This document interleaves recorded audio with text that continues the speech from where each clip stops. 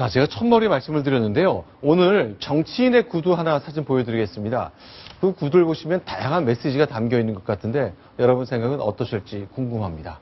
박영선 원내대표의 구두죠. 어떤 장면에서 사진이 찍힌 건지 그 얘기부터 좀 풀어봤으면 좋겠습니다. 예, 어제 한 행사장에 갔던 장면에서 박영선 원내대표의 어떤 구두가 심하게 찢어진 모습이 카메라에 잡혔습니다.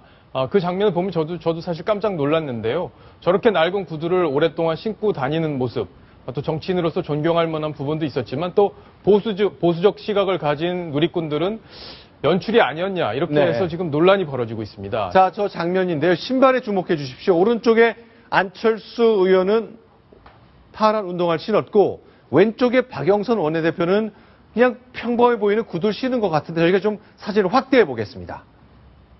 예, 지금 오른쪽에 보이는 신발의 부분, 앞부분, 코 부분이 심하게 지금 찢어져 있는 모습이 보이죠? 네, 다시 한번 확대해서 봤으면 좋겠는데요. 자, 보이시죠? 제 연필로 딱 덮을 만큼 아주 굵은, 대충 눈으로 봐도 거의 1cm 가까운 만큼 구두가 찢어져 벌어져 있는 모습을 볼 수 있네요. 저 정도 찢어졌으면 사실 신발로서 기능을 하기가 좀 어려울 정도로 손상이 된 게 아닌가. 그렇게 생각이 되고요. 그래서 제가 오늘 저 신발에 대해서 박영선 원내대표하고 통화를 해봤습니다. 박영선 원내대표는 어떻게 설명을 했냐면 저 신발이 한 10년 정도 신은 신발이다 이렇게 설명을 했고요.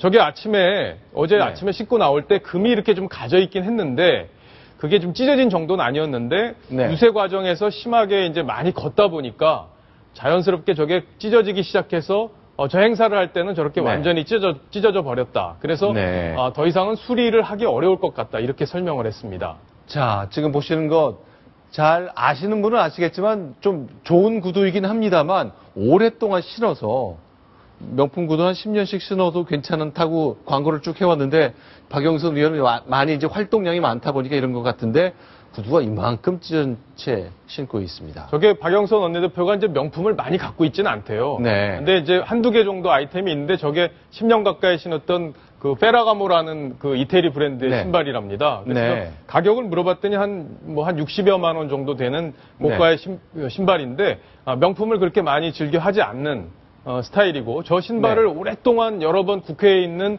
그 국회 그 구두 수선하는 데가 6층에 있거든요. 거기서 따로 수선을 하다 보니까 구두 수선하는 그 아저씨가 뭐라고 했냐면 더 이상 이제 수선하지 마라. 비용이 더 드니까 새 걸 좀 사신어라. 이렇게까지 얘기를 했답니다. 자, 전투력 있는 여성 정치인 이렇게 알려져 있는 경우가 많은데 이렇게 구두방 아저씨와의 나눈 대화를 보면 이제 좋은 구두이긴 합니다만 꿰매 신고 하는 반복하는 노력 이런 건 정치인들이 맨날 욕만 먹지만 이런 면모도 있다는 건 좀 새로운 얘기네요. 예, 이 장면은 뭐죠? 오늘 저 행사장에 또 나선 모습인데 치마를 입고 있지 않습니까? 잠깐만요. 그렇죠, 치마죠. 예, 저 치마는 대학 때 산 치마라고 합니다.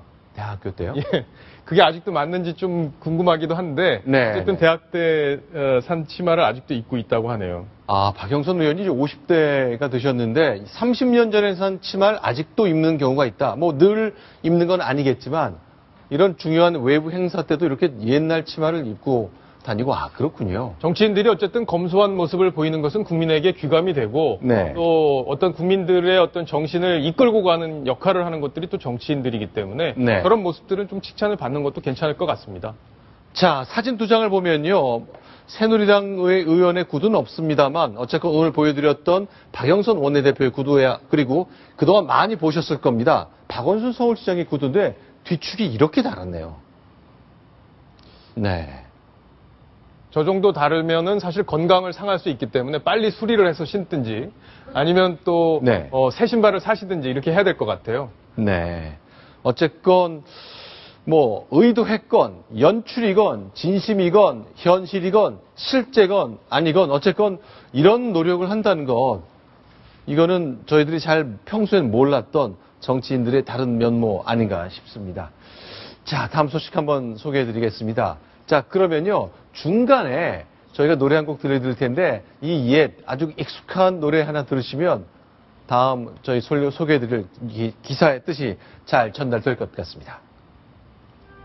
너의 그 한마디 말도 그 웃음도 나에겐 커다란 의미 너의 그 작은 눈빛도 너의 모든 것은 내게 네. 산울림의 너의 의미란 노래인데요. 너의 모든 것은 내게로 와. 누군가를 흠뻑 사랑하게 됐을 때 읊조리게 되는 노래 중에 하나입니다. 자, 그 이 노래의 주인공이 될 만한 사람, 바로 김무성 제 대표입니다. 관련된 얘기를 좀 나눠봤으면 좋겠는데, 일단 그 전에 이렇게 요즘 주가가 많이 팡팡 뜨고 있는 이분, 당내에서는 하지만 비판도 세게 받고 있는 거죠. 네. 예, 뭐 대표라는 자리가 항상 여러 가지 비판으로부터 자유로울 수 없는 자리입니다. 네. 근데 이제 최근에 그 김무성 대표가 대통령의 인사 문제와 관련해서 거짓말을 했다고 지금 언론인들을 대상으로 사과를 하지 않았습니까? 네. 그 거짓말 내용 자체가 뭐였냐면은 대통령의 그 인사 관련 황우여 의원을 교육부 총리로 사회부 총리로 빼가는 것, 그리고 정성근 후보자의 낙마 얘기, 이런 것들을 전혀 사전에 듣지 못했다고 얘기를 했다가 나중에 그거를 해명하는 과정에서 대통령을 어쨌든 청와대하고 얘기했던 그 과정을 숨기려고 했던 그 부분, 그리고 대통령의 인사 강행, 이거를 그대로 수용하려고 했던 부분, 이거에 대한 비판이 나온 겁니다. 지금 당에서 쇄신파로 분류되는 부산의 하태경 의원이 자막에서 보시는 대로 저렇게 비판을 했습니다. 아니, 청와대에 할 말을 하겠다, 이렇게 해서 대표가 되지 않았냐. 그랬는데 정성근 후보자 임명 강행하겠다고 했을 때 왜 편을 들어줬느냐. 그거에 대해서 해명해라. 이렇게 지금 쇄신파로부터 비판을 받는 모습입니다. 그러니까 전반적으로 이제 두 가지 때문일 것 같은데요. 대체로 인사 문제를 놓고 대통령과 나눈 대화는 가급적 공개하지 않는 것, 이런 것은 대체로 뭐 이해하는 바가 좀 되는 것 같은데, 그것보다는 청와대한테 좀 부담 주기 싫은 마음, 이런 마음이 좀 드러났다는 거잖아요. 그렇죠. 박근혜 대통령을 좀 배려하고자 했던 마음이 컸던 것 같습니다. 네. 자, 그런데 김무성 원내대표와 뭐 박근혜 대통령과의 관계야 오랜 애증의 관계 때문에 많은 사람들이 관심을 갖는데, 박정우 차장이 좀 새로운 얘기를 좀 들은 것 같습니다. 한양대학교를 다니던 청년 학생 김무성, 첫사랑은 당시 서강대학교를 다니던 한 여성 전자공학도다. 맞습니까? 근데 이제 정치권에선 사실 좀 알려진 얘기긴 합니다. 사실 시청자 여러분들이 들으시면 좀 재밌을 얘기긴 한데요. 김무성 의원이 51년 9월생, 박근혜 대통령은 52년 2월생. 박근혜 대통령이 한 살 어리긴 하지만 학교를 먼저 들어가서 또래는 같습니다. 자, 잠깐만, 사진 속 인물이 이게 누구예요? 김무성 의원이죠. 이게요? 대학 시절 김무성 의원의 모습입니다. 체중이 그동안 많이 늘어서 그런지 청년 김무성은 제가 잘 못 알아보겠네요. 그래서 코, 눈매 이런 데는 지금하고 좀 비슷한 것 같고요. 굉장히 잘생긴 미남형이죠. 네. 그리고요, 뭐 딱 알겠습니다. 대학 시절 박근혜 대통령 모습입니다. 네. 일설에는 김무성 대표가 박근혜 대통령의 당시 어렸을 때 그 대학 시절 사진을 주머니에 넣어갖고 다녔다, 이런 얘기들이 정치권에서 돌 정도로 김무성 대표가 박근혜 대통령을 어렸을 때부터 좋아했다, 뭐 첫사랑이었다, 이런 얘기까지 나오고 있는데요. 사실 제가 그래서 한번 김무성 의원에게 직접 물어본 적이 있습니다. 잠깐만요. 그러니까 대학생 김무성의 첫사랑은 당시 대학생 박근혜였다. 70학번 동기잖아요. 그래서 그걸 직접 한번 물어보셨어요? 물어봤죠. 물어봤더니 뭐 본인은 아니라고 얘기는 하는데 이렇게 웃으면서 이렇게 좀 뭐 이렇게 펄쩍 뛰면서 절대 아니다, 이런 취지는 아니었던 것 같고요. 굉장히 부드러운 미소를 지으면서 내용 자체는 부정을 했습니다. 네, 지금 보시면 김무성 대표만 좋아하면 짝사랑인 거 아닌가요? 그 박 대통령은 김 대표를 또 어떻게 바라보는지 궁금한데요. 제가 보기에도 좀 짝사랑 같아요. 김무성 대표는 박근혜 대통령을 사실 마음으로 굉장히 아끼고 좋아하고 존경하고 이런 마음들이 있는 것 같고요. 박근혜 대통령은 다만 김무성 의원이 조금 같은 보스 정치인 스타일이기 때문에 상당히 부담스러워하는 게 사실인 것 같습니다. 그래서 이번에 사실 전당대회를 할 때도 대통령이 청와대가 뭐 서청원 대표를 민다. 서청원 대표도 청와대 마케팅을 적극적으로 했고요. 김무성 대표는 사실 그것과는 달리 비주류의 어떤 그 표를 얻어서 대표가 됐기 때문에 대통령과의 관계가 그렇게 원만한 편은 아닙니다. 그 사이에 또 여러 가지 그 두 사람 간에 껄끄러운 일들이 있었고요. 정치적 행로를 겪으면서 또 김무성 의원은 박근혜 대통령을 만든 1등 공신이기도 하고요. 그런 애증의 관계가 많이 겹쳐 있기 때문에 앞으로 김무성 대표가 박근혜 대통령을 얼마나 서포트를 해주고 지원을 해주면서 견제 역할도 할 수 있을지 그런 것들을 함께 지켜봐야 될 것 같습니다. 그런데 자막에 나온 저 내용이요.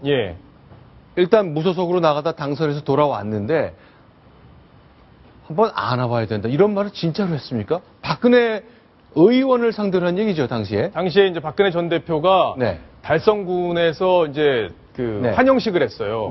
당시에 이제 친박들이 공천에서 대거 탈락을 하면서 공천 학살이라는 표현이 나왔었는데 그때 김무성 의원도 공천에서 탈락을 했습니다. 그런데 친박 무소속 연대를 만들어서 친박 의원들 대거 당선시켜서 그때 국회로 다시 진입을 시켰고요. 그거에 대해서 박근혜 대통령이 고마워하는 자리, 축하하는 자리를 자신의 지역구에서 만들었을 때 김무성 의원이 우리 한번 안아봐야 되는 거 아닙니까? 이렇게 이제 축하의 말로써 이제 접근을 한 건데 박근혜 대통령은 저 반응 대단히 궁금합니다. 과연 저런 얘기에 어떻게 반응했습니까?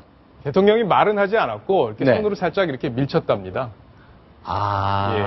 그래서 이제 그때 김무성 의원은 마음에 좀 상처가 됐다 이런 얘기들이 있습니다. 그런 일들이 자꾸 보면 김무성 의원은 아시다시피 상도동에서 정치를 배워서 그런지 몰라도 일종의 동지, 그러니까 박근혜 대통령과 자신은 동지다라고 하는 의식이 상당히 있는 걸로 보입니다. 근데 이제 반면에 박근혜 대통령은 그보다는